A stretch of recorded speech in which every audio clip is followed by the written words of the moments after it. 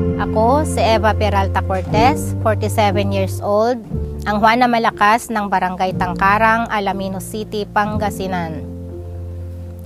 Noong una, bago pa kami naging benepisyaryo ng Pantawid Pamilya, sobrang hirap ng buhay namin.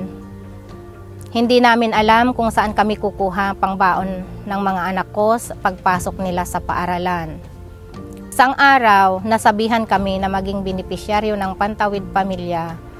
O nagkaroon kami ng kasunduan na kailangan namin umattend ng buwanang meeting, OFDS, para kami ay ma-develop bilang mga magulang.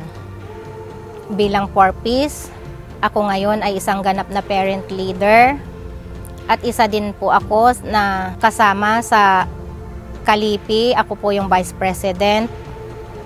Kasama din po ako sa Carabao Association on Buffalo. Ako po yung president doon. At sa Federation po ng Alaminos City, ako po yung secretary. Sa Dairy Carabao Buffalo Association. Kasama din po ako sa Farmers Association ng Barangay. Ako po yung auditor.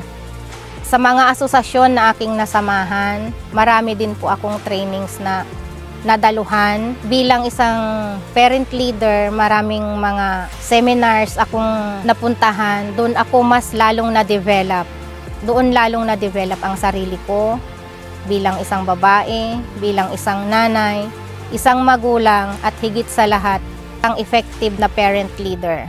Mabait, maasahan, wala kayong problema sa kanya kahit samot, itulak, kabigin, maasahan si Eva.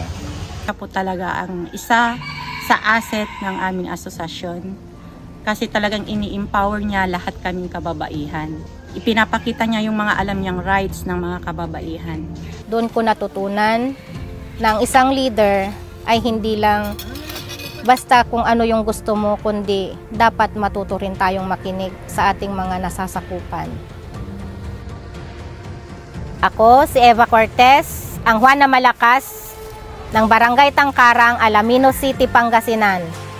Hindi ako basta babae lang, ako ay babae.